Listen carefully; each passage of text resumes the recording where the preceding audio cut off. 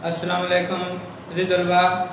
शुरू करता हूँ अल्लाह ताला के पाक नाम से जो बड़ा मेहरबान और नहायत रहम करने वाला है। आज का हमारा मौजू बोल पैटर्न के मुताबिक सवाल नंबर 4 सबक का खुलासा।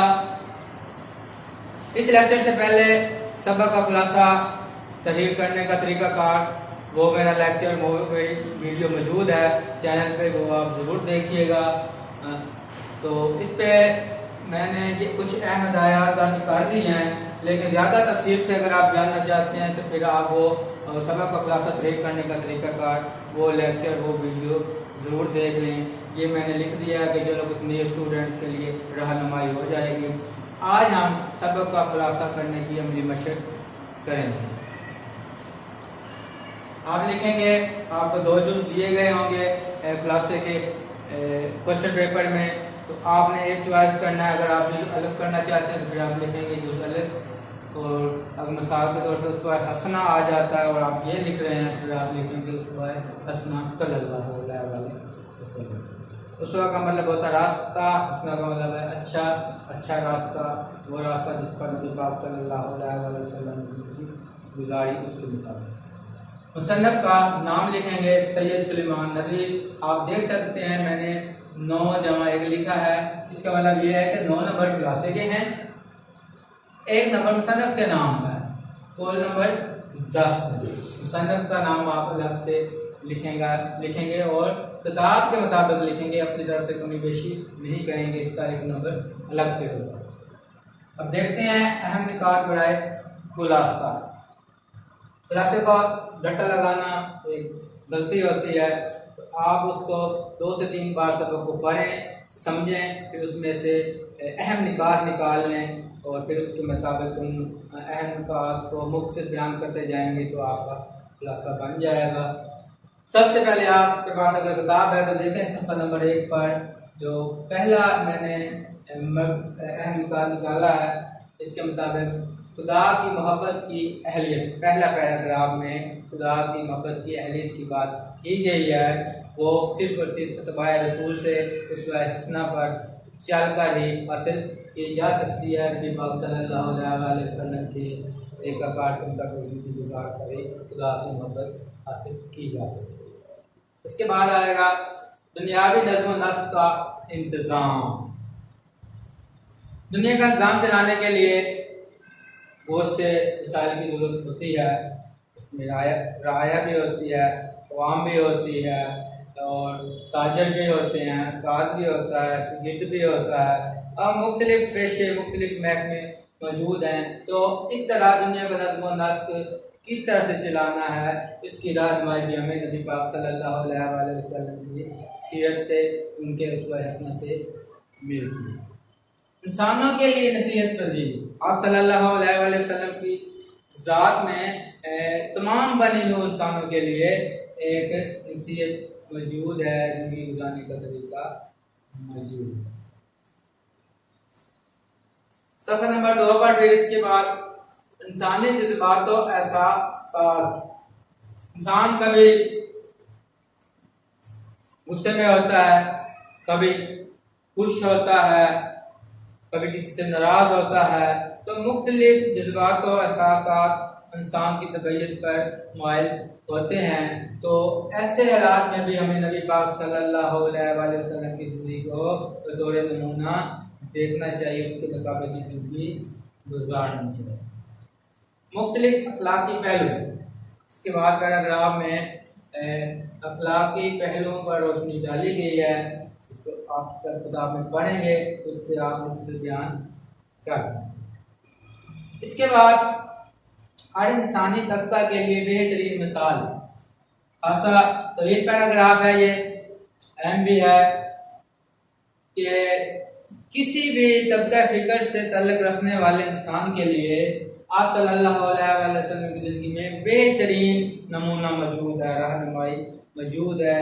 चाहे वो ताजर है, चाहे वो उस्ताद है, जर्नेल है, काजी है, सालिस है, शगीर्द है, ख़ानदानी निज़ाम में अगर वो ख़ानदान का सरबराह है, तो जिस भी तबका फिक्र से तल्लुक़ रखने वाला है उसकी नबी पाक सल्लल्लाहु अलैहि वसल्लम की ज़ात में उसके लिए बेहतरीन मिसाल, बेहतरीन नमूना मौजूद है।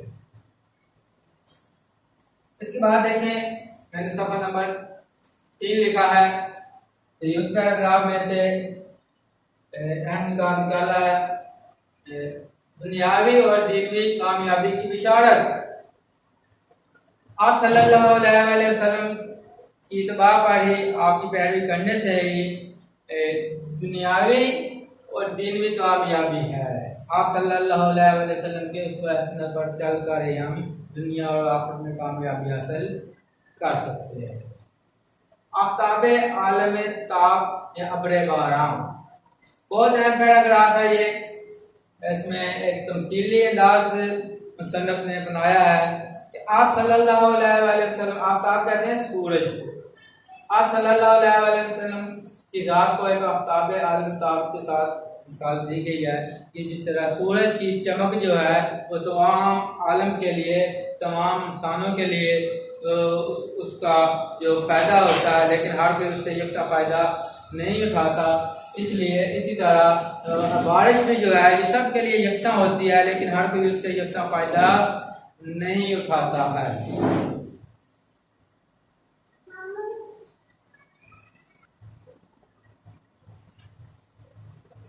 इसी तरह ये जिस तरह चमकता हुआ सूरज, उसकी रोशनी सबके लिए मुफीद है, और अब्र बना बरसता बादल ये भी सबको फ़ायदा देता है, लेकिन हर कोई उससे यकसा फ़ायदा नहीं उठाता। इसी तरह नबी पाक सल्लल्लाहु अलैहि वसल्लम की ज़ात मुबारक भी सबके लिए मुफीद और सबके लिए रहनुमाई करने वाली और सबकी निजात का ज़रिया है, लेकिन हर कोई उससे यकसा फ़ायदा नहीं उठा रहा। इसके बाद मुसलमानों का मकसद हयात।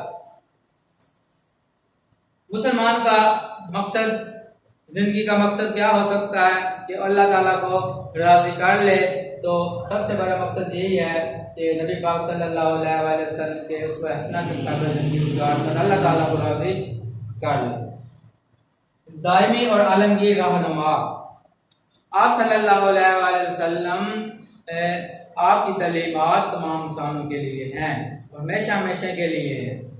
तो आप सल्लल्लाहु अलैहि वसल्लम की तलीमात से हम जो है अपनी ज़िंदगी में बेहतरी ला सकते हैं और भरपूर फ़ायदा हासिल कर सकते हैं। उम्मीद है आपको ये तमाम बातें समझ में आ गई होंगी। इसके बाद ये अहम हदायत मैंने दर्ज कर दी हैं, मुख्तसर बयान कर देता हूँ। खुलासा की तवालत हस्ब ज़रूरत 2 और 3 सफ़हात के दरमियान हो।